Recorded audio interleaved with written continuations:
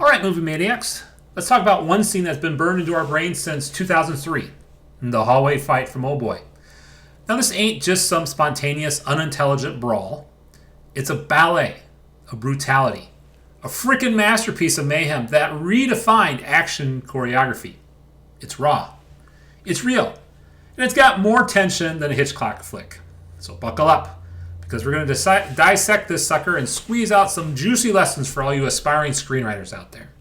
Historical context. Now, like every film, Oldboy wasn't filmed in a vacuum.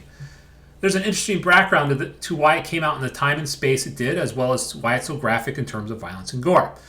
Now, the film industry in Korea, for the most part, was under censorship until 1980. In fact, it wasn't until 1988 that the pre-production censorship was repealed, and actually not until 1996 that post-production censorship was made unconstitutional. Now, as Hollywood had several decades to push its boundaries in more incremental steps, the film industry in Korea didn't have that luxury. It was only 7 years from the time that Korean government couldn't censor post-production until Oldboy came out. If they had tried to make this film any earlier, a number of its elements would have been probably cut due to censorship, and probably even the hallway scene for its brutality. Movie context. So what leads us to this part in the film? And here's a short recap brought to you by ChatGPT. I thought it was fun to use this, so here we go. In the depths of 1988, Odesu, a once prosperous but now desolate businessman, awakens to find himself trapped within the confines of a solitary hotel room, imprisoned by an enigmatic captor. With no rational respite, he endures 15 relentless years of isolation until the fateful year of 2003 grants him an unexpected liberation. Emerging from his clandestine captivity, Odesu is consumed by an unyielding thirst for retribution. His psyche scarred by years of confinement, and his palate oddly awakened to the particular allure of live octopus.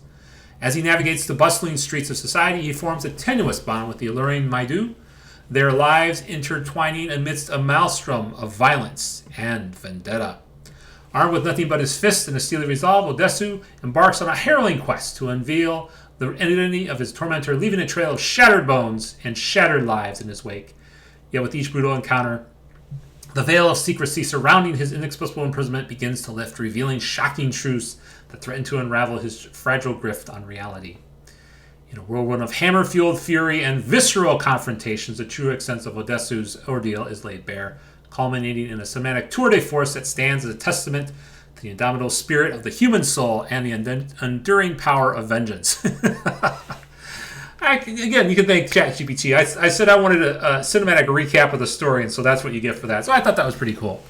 So, boiling it down, so basically Odesu is looking for his tormentors, and he has come back to the scene of the crime, where he was held captive. He's just gotten done questioning the warden of his imprisonment when the fight breaks out. Lesson 1. Character. Now you might be asking, what separates this brawl from your run-of-the-mill Hollywood punch-up? It ain't about the fancy move or the CGI blood splatters. It's about the character. The man with vengeance burning in his guts, Odesu.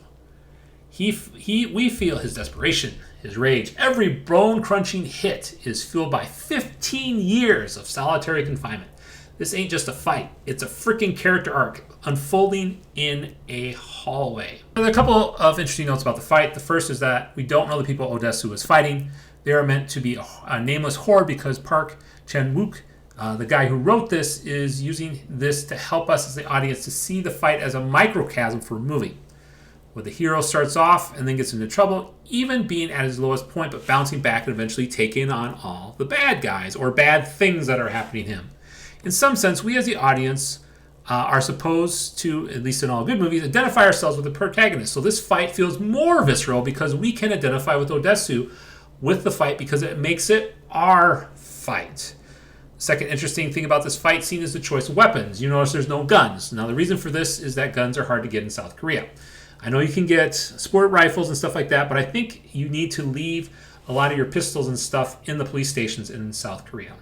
Quote, let me know if I'm wrong with that. Now, traditionally, gangsters in South Korea use large sticks, so we see them being used in this particular scene. Lastly, we see Odesu use a hammer. Now, Park talks about this in an interview about Oldboy, that the reason that Odesu uses a hammer is because Park wants to show that the power of everyday items in the hand of the hero. he was sort of fighting against what you'd seen in the 80s, where the heroes would have these big bags of weapons. They'd pull out any sort of weapon, and they'd use a certain weapon for a particular type of enemy. Park was instead wanted us to say, look at this and go, hey, it doesn't matter on the circumstance. It doesn't matter what is around him. Our hero is going to use whatever it takes, even everyday objects, to get the job done. And he'll make it work great as well. So as a screenwriter, we need to understand that when we write a scene, it's really helping us to see how it is a microcosm of the character's journey. So often we throw in a scene to just throw in a scene. But when we cement it as part of the protagonist's journey, it can make the scene iconic, as well as, and more importantly, in my opinion, draw the audience deeper into our movie, into our script. Lesson 2, location. Park, the mastermind behind this madness, ain't just using the hallway for shits and giggles. He turns it into a character itself. The narrow space, the claustrophobic walls, they amplify the tension, forcing Odesu into a corner, making every escape a struggle. It's like a massive pressure cooker ready to explode, and when it does, oh boy, it ain't pretty. Now, in an interview, Park talks about the color choice he used for the hallway, which was green. Now, green is often seen as a color associated with nature. In this particular case, Park made the color of the hallway an off type of green to show decay and to give you a sense of oldness. Now, again, I want you to focus on the dimensions of the area, the narrowness that Park used. What would the scene look like if it would have been a big field, or a stadium, or even on the street? You wouldn't get the same type of feeling, would you? So the thing we have to learn from this is, how can we make our locations into characters themselves? Now, is there a room we're planning to have the majority of the scenes take place in our screenplay? What's unique about that room? Would the tension of the scene be more meaningful in a cemetery, on a bus, or even in the middle of the Grand Canyon?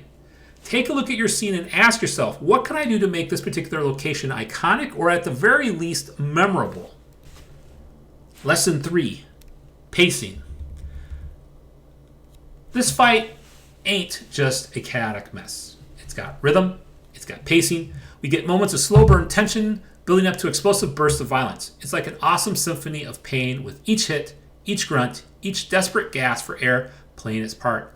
And that long take, that unbroken shot that follows Odesu's struggle, it's a fantastic masterstroke, pulling us right into the heart of the action. As we look back into the action in this part of the scene, look and feel where you take a breath. Where do you pause based with what's going on screen? So often in our scripts, we have everything sort of just plodding along. The hallway scene really invites us to pull some of the same pacing maneuvers in our own scripts. Pause for a hard moment, or accelerate through a scene in order to make the next one more hectic. What can we do differently with our pacing to create a scene which is, again, memorable and iconic, and helps draw the audience back into our script and into our story? Now, one of the fun parts about screenwriting is learning from the masters and taking their work and building off it. Oldboy is one of those rare gems that we get the pleasure of learning from time and time again. Well, until the next video, write well and live well.